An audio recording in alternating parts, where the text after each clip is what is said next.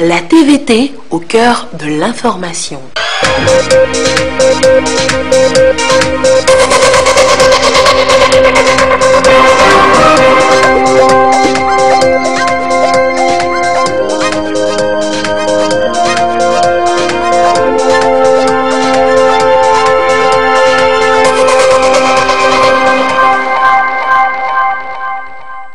Bonsoir, il est 20h. Dans l'actualité ce soir, le Togo a adhéré à la norme ITUE, Initiative pour la transparence dans les industries extractives, en 2010. Un comité national a été mis en place pour superviser la mise en œuvre de cette norme au Togo. Le Premier ministre, Commissaire Classou, a présidé cet après-midi la 7e réunion de ce comité de supervision de l'ITUE, le Togo. Dans 2 jours, exactement, les universités du 3e âge, l'Institut national d'assurance maladie vient de lancer la 2e édition. Les échanges avec les seniors porteront essentiellement sur des questions de santé. André Johnson, à la rencontre du personnel de son ministère à travers le pays, le ministre de l'Environnement et des Ressources forestières est en tournée nationale. Et puis, des attestations cet après-midi pour les lauréats de l'appel à projet à l'endroit des médias 2018. Ils ont produit des émissions bientôt diffusées sur les radios et à la télévision, ainsi que des articles à publier dans la presse. La thématique, la formation civique et l'esprit patriotique. Voilà, madame, messieurs, le sommaire. Bienvenue au 20h. Je vous l'annonçais tout à l'heure en titre, le Premier ministre a présidé ce soir, cet après-midi précisément, la 7e réunion du comité de supervision de l'ITUE Togo. Le Togo, vous le savez, a adhéré à la norme ITUE, Initiative pour la transparence dans les industries extractives, en 2010. Un comité national a été donc mis en place pour superviser la mise en œuvre de cette norme au Togo. Le Premier ministre a donc présidé la 7e réunion de supervision du comité de supervision donc de l'ITUE Togo. La rencontre a été consacrée au compte rendu présenté par la coordination nationale sur la mise en œuvre donc du processus de l'ITUE au Togo, ainsi qu'à la validation du rapport du Togo portant sur l'année 2015. Nous reviendrons sur le sujet dans le courant de cette édition. Écoutez, entendre au plus près son personnel, le ministre André Johnson se prête à l'exercice. C'est une tournée nationale qu'il a notamment menée dans les services et directions à l'intérieur du pays. But, trouver ensemble des solutions idoines liées au fonctionnement même des services. Ce soir, l'étape de la région centrale avec la marque Bojona. Tournée d'incitation et d'instruction du ministre de l'Environnement et des Ressources forestières pour l'amélioration de la gouvernance au sein du département. Le ministre André Johnson a rappelé aux agents de la région centrale l'observation de la discipline, de l'éthique et de la déontologie dans l'exercice de leurs fonctions. Il s'agissait pour le ministre de porter à la connaissance du personnel de la région centrale les conclusions, les implications et les mesures issues du séminaire de Palimé sur la gouvernance. Nous sommes ici pour mettre l'accent sur les recommandations qui avaient été faites à l'issue du séminaire de Palimé, mais en même temps pour lancer un appel à toutes les populations d'ici pour dire le Fazao Malfa Kassa, c'est une grande richesse dont nous disposons et qu'il nous faut vraiment le préserver. Et je lance également un appel en direction de mes collaborateurs qui sont ici. C'est vrai, nous sommes en sous-effectif, mais cela n'explique pas qu'il n'y ait pas suffisamment de vigilance pour essayer de contrecarrer les mauvaises actions ou bien les actes illicites qui se commettent dans notre forêt. Le message n'est pas tombé dans les oreilles de sourds. Les agents comptent se ressaisir pour redorer le blason du ministère de l'Environnement et des Ressources forestières. Nous avons eu la visite de Son Excellence Monsieur le ministre de l'Environnement et des Ressources forestières et qui est venu nous prodiguer des sages conseils pour améliorer notre prestation de service sur le terrain. Quant à ce qui concerne le parc national de Fazao Malfa Kassa, nous allons redoubler de vigilance, faire en sorte que quelques intrusions que nous connaissons en ces derniers moments soient cessées. Nous comptons sur la population riveraine qui va nous aider vraiment pour stopper ces genres d'activités dans l'air protégé. Le ministre André Johnson a invité les agents à contribuer à la mise en œuvre des conclusions du séminaire de Palimé sur la gouvernance environnementale dans l'intérêt général pour la bonne visibilité du ministère. Et notre environnement immédiat, c'est aussi le secteur minier, véritable ressource économique. Il est question aujourd'hui d'augmenter la production à la nouvelle société des phosphates du Togo, la NSPT. Eh bien, le personnel est en formation. Idem pour l'Office togolais des recettes. Une session ouverte ce lundi à Ngotchan. Yves Agbevivi. Il a contribué à 4% du revenu total national en 2014 et à 22% des exportations totales du pays. Le secteur minier est une composante essentielle du développement économique du Togo et constitue donc, selon le ministère des Mines et de l'Énergie, un domaine prioritaire d'appui politique du gouvernement, un secteur dans lequel la Société nouvelle des phosphates du Togo, SNPT, occupe une place importante et dont les agents sont ici formés. Du 15 au 19 octobre 2018, ils auront des outils nécessaires pour améliorer leur production qui doivent désormais être conformes aux normes. À cette formation, des agents du secteur minier, des agents de l'Office togolais des recettes prennent part, étant donné que la bonne gestion du secteur a des répercussions sur les recettes de l'ETR. Les productions que les sociétés nous déclarent, nous voulons être sûrs que c'est conforme à la réalité. C'est pourquoi nous avons initié cette formation, pour que nous démarrons sur les mêmes bases. Qu'est-ce qu'on doit déclarer? Comment on doit faire la déclaration pour que ça soit conforme et pour éviter des redressements après. Et l'OTR, n'étant pas spécialiste des sociétés minières, nous avons organisé cette formation pour qu'il soit au parfum de la chaîne de production, de la chaîne de valeur, pour savoir ce que les sociétés déclarent et qui voient si c'est conforme à ce qu'ils ont réellement fait. Cette formation, la deuxième du genre, est une partie du projet de développement et de gouvernance minière initié par le ministère des Mines et de l'Énergie avec le financement du groupe de la Banque mondiale à 15 millions de dollars. La troisième partie de cette série de formations va porter sur le leadership et management axé sur les résultats et les performances. C'est un mal à prendre au sérieux. Tenez, sur 10 femmes atteintes de cancer de sang en Afrique, seules 2 arrivent à guérir. Autant dire que c'est un fléau qui gangrène la vie de nos sœurs, mères et épouses. L'association Femmes sans cancer s'élève contre la pandémie. Elle a entrepris une campagne de sensibilisation. Rachel Aokou. Le cancer du sein, une maladie silencieuse qui tue à travers le monde. En Afrique, sur 10 femmes atteintes de cette pathologie, seulement 2 sont guéries. Le plus souvent, plusieurs femmes négligent les signes cliniques et se laissent surprendre. Les femmes ne connaissent pas cette maladie-là. Au village, lorsque ça commence, la maladie va commencer par une petite douleur au niveau du sein, et peut-être un petit bouton, le sein qui se rétracte, un petit nodule, une petite boule dans le sein. Alors quand ça commence comme ça, parfois on se dit que c'est soit l'enfant, quand elle est encore jeune et qu'elle est allaitante, on dirait que l'enfant a érupté contre le sein, c'est pourquoi ça a donné une tuméfaction du sein. Il y a des gens aussi qui déroutent la population. Je parlais des publicités qu'on entend maintenant partout sur les radios. Un seul médicament traite tout. Et ça aussi, ça contribue à retarder le diagnostic de la maladie à l'hôpital. J'ai connu des gens qui ont eu cancer de sein, qui ont refusé d'aller à l'hôpital, soit disant qu'il y a un pasteur qui prie et qui peut guérir ces maladies-là. Jusqu'ici, la sensibilisation reste le moyen principal pour amener ces femmes à prendre conscience du danger qu'elles courent en ignorant les petits détails sur leur santé. L'association Femmes sans cancer célèbre donc ici l'Octobre Rose pour justement attirer l'attention des uns et des autres sur les conduites à tenir.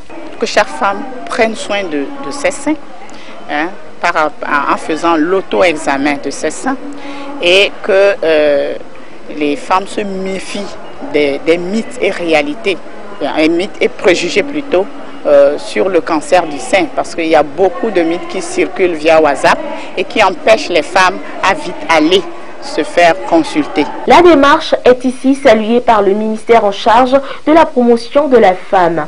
Je voudrais inviter tous les acteurs et actrices à maintenir la flamme de la sensibilisation et surtout à œuvrer en synergie de manière à combattre le fléau de manière holistique en allant au-delà pour intégrer à cette lutte la prise en charge psychologique qui permet aux femmes affectées de se relever de leur choc, de leur stress et de vivre une vie plus sereine.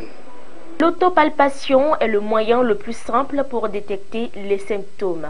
Les femmes sont invitées à recourir au centre de santé dès qu'une anomalie est constatée. Elles auront de fortes chances d'être prises en charge à temps pour éviter une dégradation de leur état de santé. Santé encore, ça s'annonce, les universités du 3e âge. Ce sera du 17 au 18 octobre prochain. À l'occasion, l'Institut national d'assurance maladie va échanger avec les seniors des questions liées notamment à leur santé. C'est la 2e édition annoncée cet après-midi. Serge Tastom, Clarisse Aticlé. L'Institut national d'assurance maladie INAM lance la 2e édition des journées des seniors dénommées les universités du 3e âge. Un programme socio-éducatif que l'INAM met en œuvre depuis l'année dernière en faveur des personnes âgées afin de les amener à mieux appréhender ce qu'ils ont comme problèmes et qui sont liés notamment à la santé ou au vieillissement. Et c'est à travers des informations pratiques qui seront partagées durant ces journées. Dans le cadre de notre mission qui est d'assurer les soins de santé, nous avons constaté que cette catégorie de cotisants, d'assurés, a des problèmes qui vont bien au-delà de la prise en charge de la santé. Cet événement a eu un succès indéniable. Ils ont découvert des spécialistes qui leur parlaient de leur pathologie, qui leur faisaient comprendre la différence entre ce qui est maladie, ce qui est vieillissement. Il y a eu de la demande. Nous avons tenu notre promesse parce que nous avons promis à nos seniors, aux personnes du 3e âge, que nous renouvellerons cet événement tous les ans. La 2e édition des universités du 3e âge, c'est du 17 au 18 octobre 2018 à l'Agora Senghor à Lomé. Elle mettra en exergue des personnes âgées comme richesse de la nation.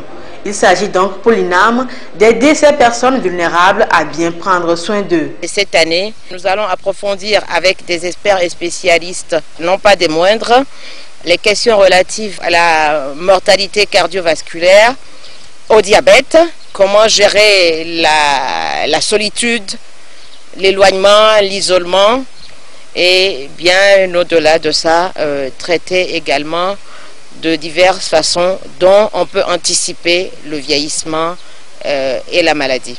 À travers ces journées des seniors, l'INAM matérialise sa volonté d'apporter des solutions aux problèmes des personnes âgées, notamment la solitude, la mobilité réduite, les affections de longue durée. Dans la foulée, ce soutien pour le 3e âge, l'association partenaire Vie Togo apporte appui technique et services aux personnes âgées. Jeudi dernier, à une rencontre à Lomé, il leur a été dit les conduites à tenir pour mieux vivre. Le compte rendu de Komu Boyonté. Considérées comme des bibliothèques de savoir-être et de savoir-faire des communautés, les personnes âgées nécessitent et méritent une attention particulière, une manière de les aider à jouir convenablement leurs derniers jours.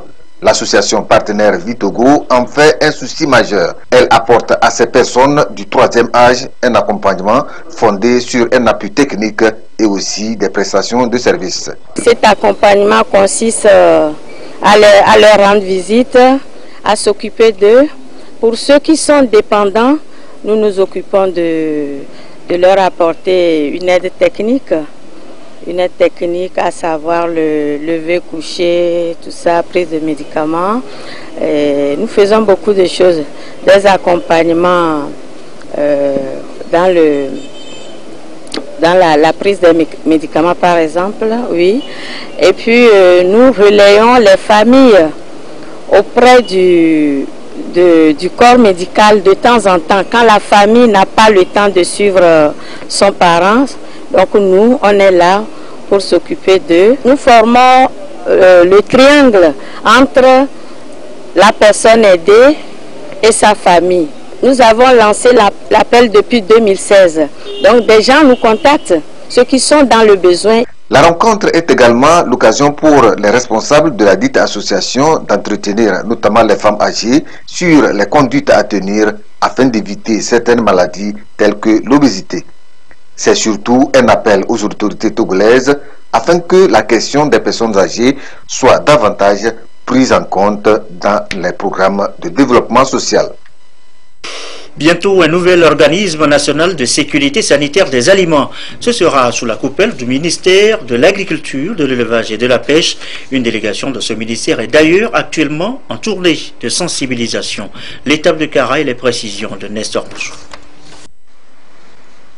Il est envisagé au ministère de l'Agriculture, de l'Élevage et de la Pêche la mise en place d'un nouvel organisme de sécurité sanitaire des aliments. Cette mission a été confiée à une équipe qui a entrepris dans la conduite de ces activités d'aller au contact des populations pour leur expliquer le processus de cette nouvelle donne. Ici, la délégation est à l'étape de la région de la Cara. Comme dans les autres régions déjà parcourues, elle a rencontré les acteurs impliqués dans la production, la transformation et la commercialisation des produits agricoles. La qualité des produits suppose d'abord qu'ils soient salubres, c'est-à-dire sans danger pour le consommateur et qu'ils lui permettent de couvrir ses besoins nutritionnels. Un état des lieux a été fait et on a constaté que le système national de contrôle de la sécurité sanitaire des aliments méritait d'être amélioré.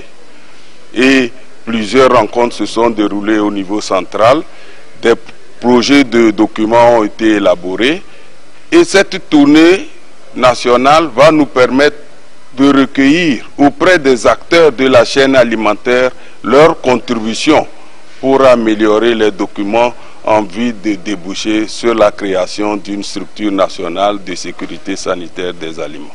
L'organisme qui sera mis en place aura pour tâche principale d'assurer la sécurité sanitaire au niveau de tous les maillons de la chaîne alimentaire et ceci en conformité avec les exigences internationales en matière d'innocuité des produits alimentaires, de protection des végétaux et de l'environnement. La politique maintenant, à l'heure, vous le savez, est au recensement. Tout un processus à expliquer pour le bon déroulement de l'opération, exercice auquel s'est attelé le ministre en charge des collectivités locales auprès des chefs traditionnels à travers le pays. La marque Bojona nous raconte la rencontre à Sokori.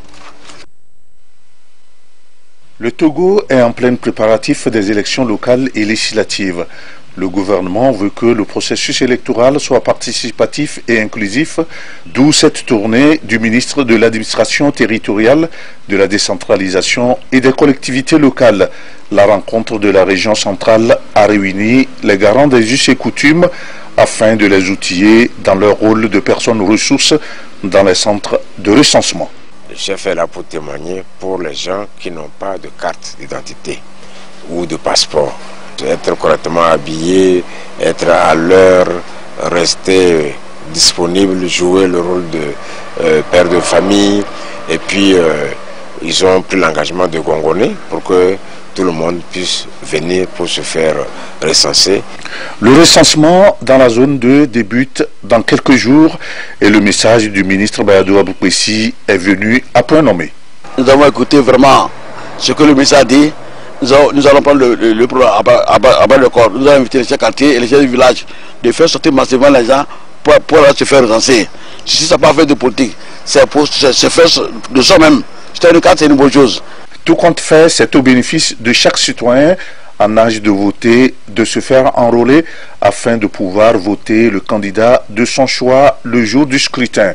Les anciennes cartes d'électeurs n'étant plus valables, les détenteurs doivent impérativement se faire recenser pour obtenir de nouvelles cartes. Et c'est bientôt, dans 2 jours, le début du recensement dans la zone 2, le 17 précisément. Dans le goût, les cadres unis exhortent les populations à se mobiliser, à se faire recenser. La campagne, le récit de Sylvain Raboujou.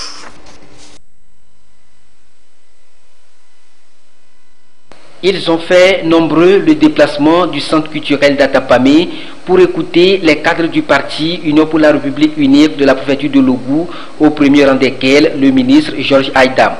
Une rencontre pour entretenir les militants à la base sur les enjeux électoraux, histoire de les amener à sortir massivement pour se faire enrôler lors du recensement qui débute le 17 octobre dans la 2e zone, dont Atapamé. Il s'agit donc de les sensibiliser sur ce qui doit être leur mission au cours de la semaine et qui va être marquée par les opérations de recensement. Tout d'abord, eux-mêmes, ils doivent prendre sur eux d'aller se faire recenser et s'inscrire sur la liste électorale.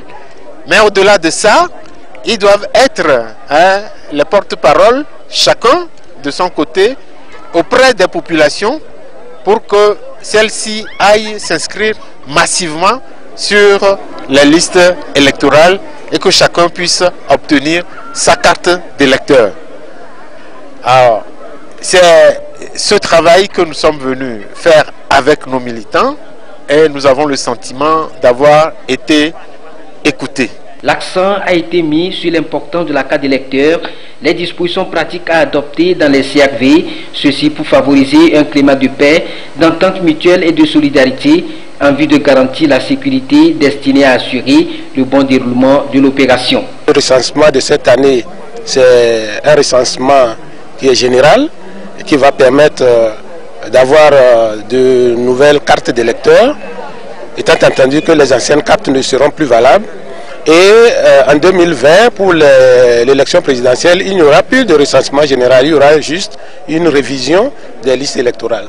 Donc la base, c'est cette année, il faut tout faire pour avoir sa nouvelle carte qui permet non seulement de voter pour les députés, mais de voter également pour les assemblées locales. Et si vous conservez bien cette carte-là, vous allez l'utiliser encore en 2020. Donc nous demandons à la population de sortir massivement pour se faire recenser. Et la dernière chose aussi, c'est que nous demandons aux jeunes, lorsqu'ils sont dans les rangs et qu'ils voient venir des personnes vulnérables, les personnes âgées, les femmes enceintes et les handicapés, de grâce, il faut laisser ces personnes-là passer en premier et n'attendez pas le dernier jour parce que demain ne vous appartient pas. Allez vous recenser le plus tôt parce que le plus tôt est toujours le meilleur. C'est donc un appel pour favoriser une prise de conscience afin que les Togolais puissent s'unir, se pardonner dans la perspective de construire dans l'unité un pays fort et prospère. Dans les plateaux, ce recensement prend en compte les zones d'Amou, Akebou, Wawa, Agné et Ogou. Idem dans le Tône et en première ligne là-bas pour mobiliser les populations à sortir massivement le mouvement des Jeunes Unir. Adaptons la correspondance de Désidère Loïs. Et les législatives se profilent à l'horizon courant décembre 2018. Le Togo vit une période électorale. Pour la mener à bien, le parti Unir, Union pour la République, à son niveau, joue sa part. Des sensibilisations pour mobiliser les populations à aller se faire enregistrer massivement sur les listes électorales. Le mouvement des jeunes pour Unir MJ section préfectorale tourne à la rencontre des populations. Un moment de partage d'informations et de stratégies de mobilisation pour converger davantage les populations vers les CRV. Malgré votre militantisme, malgré votre attachement pour le parti et malgré votre amour pour votre candidat, vous ne pourrez jamais le voter si vous n'avez pas auparavant eu une carte d'électeur. Donc nous leur avons dit de nous représenter dans leur quartier, d'en parler à leurs proches, d'en parler aux militants pour que le jour venu, de tous sortent massivement pour se faire enrôler. Une sensibilisation à divulguer dans la population afin que l'objectif visé soit atteint. La carte, ça nous est tellement important, même pour les voyages aussi. Donc je suis très ravi de cette formation et je compte les partager aussi avec les autres. Je serai là le jour-là, le premier à faire ma carte d'électeur. Je serai la première à établir ma carte d'électeur pour pouvoir donner l'exemple aux gens du quartier, du village et dans la ville. Tône se situe dans la zone 2 qui prend la relève après la zone 1. Du 17 au 24 octobre, le MJ convie les populations cibles 18 ans révolus à aller accomplir ce devoir civique en s'établissant une carte d'électeur. En Côte d'Ivoire, les premiers résultats des élections locales couplées tombent depuis hier dimanche. Des résultats égrenés dans un climat de suspicion. Le PDCI d'Henri Konan Bédié dénonce des fraudes et des manipulations. Le RHDP de son ex-allié Alassane Ouattara est pointé du doigt. On annonce déjà la victoire du ministre d'État Ahmed Bakayoko face au plan de Guillaume Soro à Bobo. En Gambie, lancement de la commission sur les crimes du régime Jammeh. Les 11 membres de la commission Vérité, Réconciliation et Réparation ont prêté serment ce lundi. Les auditions devraient rapidement commencer. C'était une promesse de campagne de l'actuel président Adama Barrow. Les lauréats dans le reste de l'actualité, le lauréat de l'appel à projet à l'endroit des médias 2018 récompensé cet après-midi. Ils ont reçu leur attestation à l'issue d'une cérémonie présidée par le ministre en charge de la formation civique. Les précisions de Chassim Nabaga. En recevant ces attestations, ces médias s'engagent à produire des émissions et des articles portant sur l'éducation civique et patriotique.